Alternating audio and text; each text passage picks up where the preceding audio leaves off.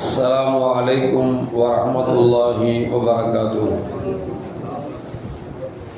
الحمد لله رب العالمين والصلاة والسلام على أشرف المرسلين وعلى آله وأصحابه وأزواجه وذرياته وأهل بيته أجمعين.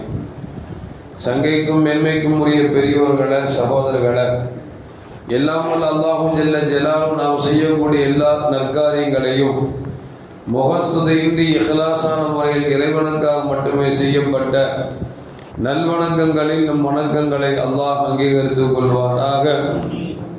நாம் செய்யக்கூடிய வியாபாரங்களிலும் தொழில்துறைகளிலும் நஷ்டம் இல்லாத ஹலாலான முறையில் நிரம்ப லாபத்தை பெற்று அந்த லாபகரமான வாழ்க்கை கொண்டு தம் தேவைகளையும் தேவை உடையவர்கள் தேவைகளை நிறைவேற்றக்கூடிய நல்ல பொருளாதாரத்தையும் உள்ள விசாலத்தையும் அல்லாஹ் நம் அனைவர்களுக்கும் வழங்கி அல்வானாக. கஞ்சத்தனம் என்கிற தீய பண்பை விட்டு அல்லாஹ் நம்மை பாதுகாத்துக் கொள்வானாக. நம்மை இந்த உலகத்தில் வாழ வைக்கும் காலமெல்லாம் நோயினுடைய இன்று உள்ள ஆரோக்கியத்தோடு அல்லாஹ் நம்மை வாழ செய்வானாக. அந்த ஆரோக்கியமான வாழ்க்கை கொண்டு அல்லாஹ் ரசூலை நெருங்கக்கூடிய அனைத்து நல்ல உணவையும் புரியக்கூடிய நல்ல முத்தகீன்களின் கூட்டத்தில் அல்லாஹ் நம்மை ஆக்கி அருள்வானாக. திடீர் மரணங்களை விட்டும் தீய மரணங்களை விட்டும் நம்மையும் நம் குடும்பத்தையும் நம் சமூகத்தையும் அல்லாஹ் முழுமையான முறையில் பாதுகாத்துக் கொள்வானாக. மருத்துவமனை செலவினங்களை விட்டும் வேதனைகளை விட்டும் அல்லாஹ் நம்மை காத்தருவானாக. நம்மில் யாரெல்லாம் நோயால் பாதிக்கப்பட்டு வீடே கதி என்றும் ஆஸ்பத்திரியை கதி என்றும் அல்லல் பட்டும் அவதியிட்டும் இருக்கிறார்களோ அத்தனை மக்களுக்கும் வெகு விரைவில் நோயை போக்கி உள்ள ஆரோக்கியத்தை வழங்குவதோடு அவர்களை கொண்டு ஒரு குடும்பத்திற்கும் சமூகத்திற்கும் நல்ல பலன் தரக்கூடிய மக்களாக ஆக்கி அருள்வானாக. நாம் இந்த உலகத்தில் வாழ்ந்து மறைகிற நேரத்தில் லா இலாஹ இல்லல்லாஹ் முஹம்மதுர் ரசூலுல்லாஹ் என்ற கலிமாவை மொழிந்து ஜன்னத்துல் ஃபிர்தௌஸை கண்ணால் கண்டு மகிழ்ந்து சிரித்த வண்ணமாக மரணிக்கக்கூடிய நல்வாக்கியம் பெற்ற மக்களில் அல்லாஹ் நம்மை ஆக்கி அருள்வானாக. மரணித்தும் மரணிக்காத இறைநேசரின் கூட்டத்தில் அல்லாஹ் நம்மை ஆக்கி அருள்வானாக. நாளை மறுமையில மாணவி முஹம்மது ரசூலுல்லாஹி ஸல்லல்லாஹு அலைஹி வஸல்லம் அவர்களின் திருக்கரங்களால் ஹவ்லுல் கௌசர் என்கிற தடாகத்தின் நீர் பருகி அன்னாரின் ஷஃபாஅத்தை பெற்று அன்னாரின் கரம் பிடித்து ஜன்னத்துல் ஃபிர்தௌஸ் என்ற உயர்ந்த சொர்க்கத்தில் அவர்களோடு அல்லாஹ் நம்மை சங்கமிக்க செய்வானாக. எல்லாவற்றுக்கும் மேலாக இறை அன்பை பெற்று இறைவனை பார்த்து பரவசம் அடையக்கூடிய அவருடைய லிக்காவையும் ரிதாவையும் பெற்ற மக்களில் அல்லாஹ் நம்மை ஆக்கி அருள்வானாக. அருமையான மோமின்களே, நேற்றைக்கு ஒரு செய்தி. தெலுங்கானாவில் அசாருத்தீன் என்று சொல்லக்கூடிய ஒரு முஸ்லீமான ஒரு மனிதர் திருமணம் முடித்து குழந்தை எதிர்பார்த்து கொண்டிருக்கிற நிலையில் முதல் குழந்தை பெண் குழந்தையாக பெற்றெடுத்தார். அதற்கு அடுத்து ஒரு குழந்தை ஆண் குழந்தை கிடைக்குமே என்று ஏக்கத்தோடு இருந்த நேரத்தில் இரண்டாவது குழந்தையும் பெண் குழந்தையாக தன்னுடைய மனைவி பெற்றெடுத்திருக்கிறார். சரி, மூன்றாவதாவது நமக்கு ஆண் குழந்தை கிடைக்கும் என்று சொல்லி அவர் முயற்சி செய்து தன்னுடைய மனைவி குழந்தை உண்டாயிருக்கிற அந்த செய்தியை தெரிந்து கொண்டு கருவிலேயே அது ஆண் குழந்தையா பெண் குழந்தையா என்பதை ஸ்கேனர் செய்து அதில் பெண் குழந்தை தான் உருவாகியிருக்கிறது என்று சொன்னவுடன் ஆத்திரம் தாங்க முடியாமல் வளர்ந்து வந்த இரண்டு பெண் குழந்தைகளையும் கருவிலே பெண் குழந்தையாக சுமந்திருக்கக்கூடிய தன் மனைவியையும் கொஞ்சம் கூட ஈவிறக்க இல்லாமல் தண்ணீர் துட்டுக்குள் அமைத்தி 3 பேரும் சாக்கடித்திருக்கிறார் என்று சொல்லுகிற பொழுது நம்மால் ஜீரணிக்க முடியவில்லை. காரணம் என்னவென்று சொன்னால், இது மாற்று மதத்தை சார்ந்தவர்களாக இருந்தால் கூட நாம் சரி அவர்களுக்கு அவ்வளவுதான் மார்க்கம் அன்று போயிருக்கலாம். பேரை படித்தவுடன் அசாருத்தீன், மார்க்கத்தின் மலர் என்ற அர்த்தம். மார்க்கத்தின் மலர் என்ற அர்த்தம். மார்க்கத்தில் மலர் என்று சொல்லி பெயர் வைத்திருக்கக்கூடிய இவர் தனக்கு மலராக பிறந்திருக்கக்கூடிய 2 குழந்தைகளையும் பெண் குழந்தை உண்டாயிருக்கிறார் என்பதை தெரிந்து கொண்டு மனைவியும் சேர்த்து தன்னைக்குள் அமிழ்த்தி சாகடிக்கிறார் என்று சொன்னால் எவ்வளவு பெரிய அரக்கனாகவும் மிக மோசமானவனாக இருக்க முடியும் என்பதை கொஞ்சம் யோசித்து பார்க்க வேண்டும். அருமையான மக்களே, கண்மணி முஹம்மது ரசூலுல்லாஹி ஸல்லல்லாஹு அலைஹி வஸல்லம் வருவதற்கு முன்பாக வரைக்கும் பெண்கள் ஒரு போகப் பொருளாக, இன்னும் சொல்ல போனால் தன் இச்சையை தீர்க்கக்கூடிய ஒரு கருவியாக இருந்த நேரத்தில் அந்த பெண்களுக்கு எந்த விதமான அவருக்கு உரிமையும் இல்லாத நேரத்தில் கண்மணி முஹம்மது ரசூலுல்லாஹி ஸல்லல்லாஹு அலைஹி வஸல்லம் வந்து பெண்கள் மார்க்கத்தின் கண்கள் என்று சொல்லிக் கொடுத்தார்கள். பெண்கள் அவர்கள் போதைப் பொருள் அல்ல, அவர்கள் பெண்கள் மதிக்கப்பட வேண்டியவர்கள். அவர்கள் இல்லை என்று சொன்னால் உலகம் தொடர்ந்து இருக்க முடியாது. எனவே சொத்துகளில் ஆணுக்கு 2 பகுதி என்று சொன்னால் பெண்களுக்கு 1 பங்கு உண்டு என்று சொன்னார்கள். ஏன் இன்னும் சொல்ல போனால் உச்சகட்டமாக சொன்னார்கள், தாயின் காலடியில் தான் சொர்க்கம் இருக்கிறது என்று சொன்னார்கள். என்றால் காரணம் என்ன? பெண்களை போன்று தியாகம் செய்யக்கூடிய மனப்பக்குவம் வேறு யாருக்கும் கிடையாது. அந்த பெண்கள் இல்லை என்று சொன்னால் நாம் ஜனித்திருப்போமா என்பதை யோசித்து பார்க்க வேண்டும். ஒவ்வொரு பெண்ணும் தான் வயிற்றுக்குள் இருக்கக்கூடிய குழந்தையை கருவிலே வைத்தது ஆணோ பெண்ணோ நசுக்கி அவர்கள் கொலை செய்தனர் என்று சொன்னால் இந்த உலகம் இதுவரைக்கும் நீடித்திருக்க முடியுமா என்பதை கொஞ்சம் யோசித்து பார்க்க வேண்டும். உலகம் நீடித்திருக்கிறது என்று சொன்னால் பெண்கள் என்கிற இந்த சொர்க்கத்திற்கு சொந்தக்காரர்கள் இவர்கள் பிள்ளைகளை ஈண்டெடுப்பதன் காரணமாகத்தான் காலம் காலமாக இன்றைக்கு உலகம் தொடர்ந்து கொண்டிருக்கிறது. இல்லை என்று சொன்னால் உலகம் தொடராது என்பது இந்த மாற்று கருத்தும் அல்ல. இன்னும் சொல்ல போனால் அல்லாஹ் ஜல்ல ஜலாலுஹு பெண் குழந்தை பற்றி குர்ஆனில் சொல்லுகிற பொழுது இப்படி சொல்வார், இதா புஷ்ஷிர அஹதுக்கும் பில் உன்சா, பெண் குழந்தை கொண்டு நாம் சுப செய்து சொன்னால் நல்ல வஜ்ஹு முஸ்வத்தன் கதீம், அவருடைய முகமெல்லாம் கருத்து போய்விடுகிறது என்று சொல்லி அல்லாஹ் தஆலா சொல்லி காட்டுகிறார். பெண் குழந்தை என்று சொல்லவில்லை, பெண் குழந்தை என்று நாம் சுப செய்தி சொன்னால் என்று சொல்லுகிறார். அப்படி என்று சொன்னால் யாரெல்லாம் பெண் குழந்தை பெற்றெடுக்கிறார்களோ அவர்கள் இறைவன் புறத்திலிருந்து சுப செய்தி பெற்றிருக்கிறார்கள், நன்மாராயம் பெற்றிருக்கிறார்கள் என்பதை நாம் மறந்துவிடக் கூடாது. கண்மணி முஹம்மது ரசூலுல்லாஹி ஸல்லல்லாஹு அலைஹி வஸல்லம் எதிரெல்லாம் பரக்கத்து என்று சொன்னார்களோ அதுவெல்லாம் உண்மையில் பரக்கத்து தான். அந்த அடிப்படையில் பார்க்கிற பொழுது பெண்கள் பரக்கத்து என்று பெருமானார் ஸல்லல்லாஹு அலைஹி வஸல்லம் சொல்லி இருக்கிறார்கள்.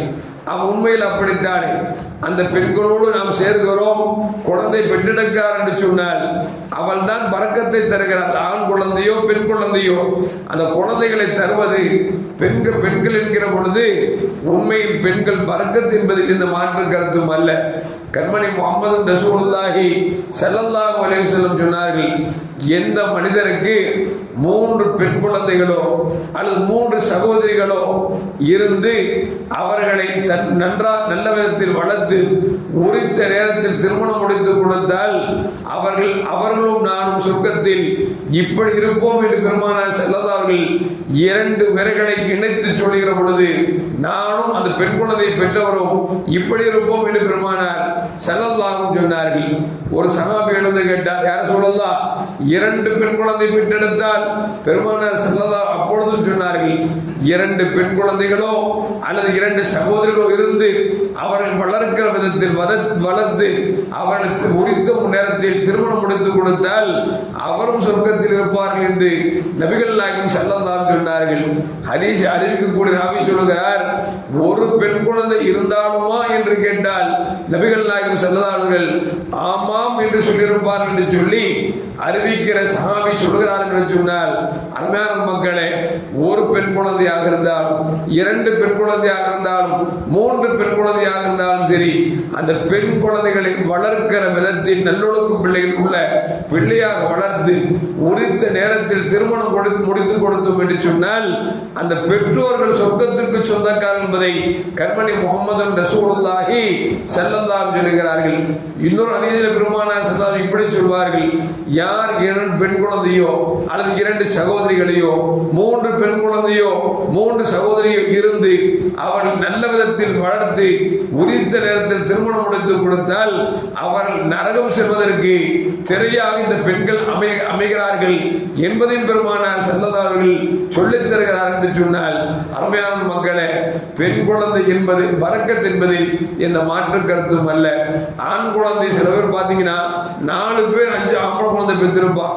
அவன்கிட்ட போய் கேட்டு பாருங்களேன், என்னங்க உங்களுக்கு எல்லாம் கவலை, 5 ஆம்பளை பிள்ளை பெற்றுக்கிறீங்க, என்ன கவலை அப்படின்னா, அதற்கு ஏன் கேட்கறீங்க, அதற்கு 5 ஆம்பளை பிள்ளை பெற்றதுக்கு சும்மா இருக்கலாம் அப்படின்பா.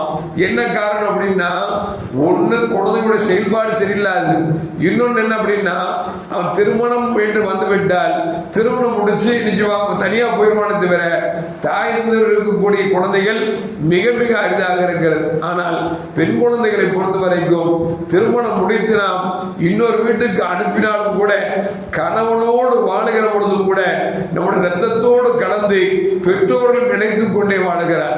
இன்னும் சொல்ல போனால் ஆண் பிள்ளைகள் அவன் திருமணம் முடித்து தன் மனைவி தன் பிள்ளை என்று போடுவான். ஆனால் பெண் குழந்தையை திருமணம் முடித்து கொடுத்தாலும் கூட கணவன் கொடுக்குகிற காசுகள் இருந்து சில காசுகளை சேகரித்து தன் பெற்றோர்கள் கஷ்டப்படுகிறார் என்று சொன்னால் கணவனுக்கு தெரியாமல் கொடுக்கக்கூடிய உதவி செய்யக்கூடிய எத்தனை பிள்ளைகள் இருக்கிறார்கள். ஏன் இன்னும் சொல்ல போனால் கணவன் ஒப்பந்தம் போடுறாங்க, நீங்க சம்பாதிங்க, நானும் சம்பாதிக்கிறேன், எங்க அப்பா அம்மா கஷ்டப்படுறாங்க, நான் சம்பாதிச்சு கொடுக்கிறேன் கொடுக்கக்கூடிய பிள்ளைகளும் இருக்கிறார்கள். அப்படி என்று பார்க்கிற பொழுது அருமையான மக்களே, பெண்கள் எந்த நேரத்திலும் உண்மையிலே அற்புதமானவர்கள் என்பதில் மாற்று கருத்தும் அல்ல. அதனால்தான் கண்மணி முகமது ரசூலுல்லாஹி ஸல்லல்லாஹு அலைஹி வஸல்லம் தாங்கள் பெண் பிள்ளையை அவர்கள் பெற்றெடுத்தார் என்பது மட்டுமல்ல, அந்த பெண் பிள்ளையை வளர்த்தார்கள். எந்த அளவுக்கு என்று சொன்னால் உலகம் போற்றக்கூடிய அளவிற்கு சிறந்த ஒரு பெண்ணாக அவர்கள் திகழ்ந்தார் என்பதை அன்னை ஃபாத்திமா ரலியல்லாஹுடைய வரலாறு நமக்கு சொல்லி காட்டுகிறது என்று சொன்னால் அருமையான மக்களே, நாம் ஒன்று நன்றாக விளங்கிக் கொள்ள வேண்டும். அது பெண் பிள்ளைகள் 3 பெற்றாலும் சரி 5 பெற்றாலும் சரி நம்மளை நம்பி எதுவுமே நடக்கிறது இல்லை. முதல்ல விளங்கிக்கணும். பொதுவா அல்லாஹ் படைக்கிற பொழுதே அவனுக்கு என்ன ரிஸ்க் கிடைக்கும், எவ்வளவு காலம் வாழ்வார், என்ன எந்த மனிதன் கணவனாக வருவான், என்ன பிள்ளை பிறக்கும் என்பதை எல்லாம் அல்லாஹ் தீர்மானிச்சுட்டு தான் படைக்கிறானே தவிர நம்ம சேர்றதுனால குழந்தை பிறக்குது அதுக்கப்புறம் நம்ம சொத்து சேர்த்து வைக்கணும் கட்டி கொடுக்கணும் அப்படின்லாம் கிடையவே கிடையாது. யாரையும் நம்பி ரப்பு யாரையும் படைக்கவில்லை. அல்லாஹ் படைக்கிற பொழுதே அவரவர்களுக்கு என்னென்ன இருக்கிறது என்பதை தீர்மானித்து தான் படைக்கிறார். அப்படி இருக்கிற பொழுது 3 பிள்ளை பெற்றானா 30 பிள்ளை பெற்றானா 30 பிள்ளை அல்லாஹ் கொடுத்தாலும் கூட அந்த 30 பிள்ளைக்கும் அல்லாஹ் ரிஸ்கை எழுதிவிட்டு தானே படைக்கிறான் என்கிற பொழுது நாம இறைச்சி கூடாது.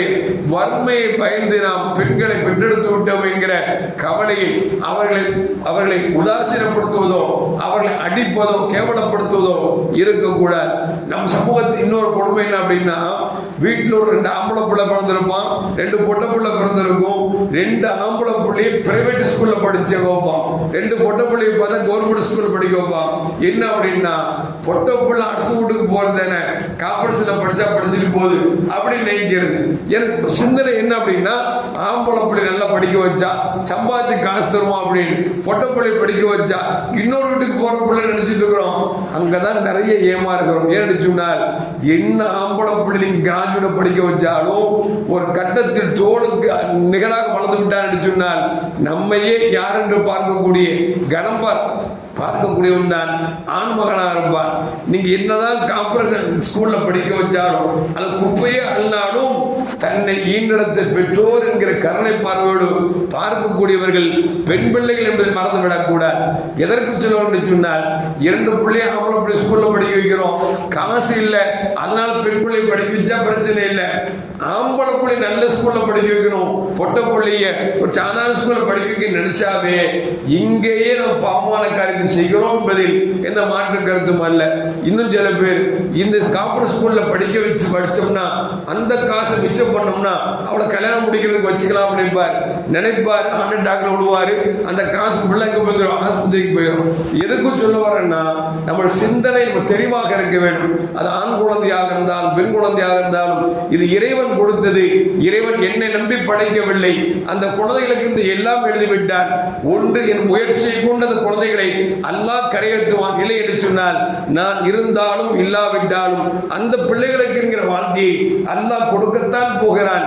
பெற்றோர்கள் செய்ய வேண்டிய கடமை என்று சொன்னால் அந்த பிள்ளைகளை நல்லொழுக்கம் உள்ள பிள்ளைகளாக வளர்த்து விட்டாலே போதும்.